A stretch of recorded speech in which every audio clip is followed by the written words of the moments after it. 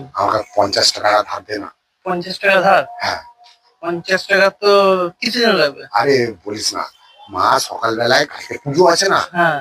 এবার মা সকালবেলায় আমাকে ফল কিনতে বলেছিল। ও তা আমি তো ফল কিনে নিয়ে এসেছিলাম। এবার আমাকে 200 টাকা দিয়েছিল ফল হ্যাঁ। কিনতে। তো এবার 200 টাকার মধ্যে ফলটার দাম নিয়েছে 150 টাকা। ও আর 50 টাকা আমি খেয়ে ফেলেছি। খেয়ে ফেলেছিস? হ্যাঁ। এবারে এখন হয়েছে কি, এখন ফলগুলো ঘরে নিয়ে যাওয়ার পরে মা বলছে যে এই ফলগুলো সব বাসি ফল, চলবে না। এই ফলটা এখন আমাকে বলছে আবার দোকানে গিয়ে রিটার্ন দিতে। এর দোকানে গিয়ে রিটার্ন দিলে তো আমাকে 150 টাকা দেবে, আর বাকি 50 টাকাটা পাবো কোথায়? ওই 50 টাকাটা আমাকে দিয়ে দে ভাই, দিয়ে দে, দিয়ে দে, যে কোনো উপায় দিয়ে দে। নালে নালে মা আমাকে পিটিয়ে মেরে ফেলবে, বিশ্বাস কর। দিয়ে দে, দিয়ে দে, নালে মা বহুত পিটাবে।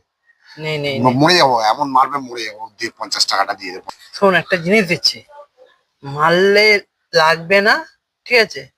আর তোকে যতই মারুক না কেন লাগবে না। আমার কাছে তো 50 টাকা নেই, তাহলে একটা ভালো ওষুধ দিচ্ছি, ঠিক আছে?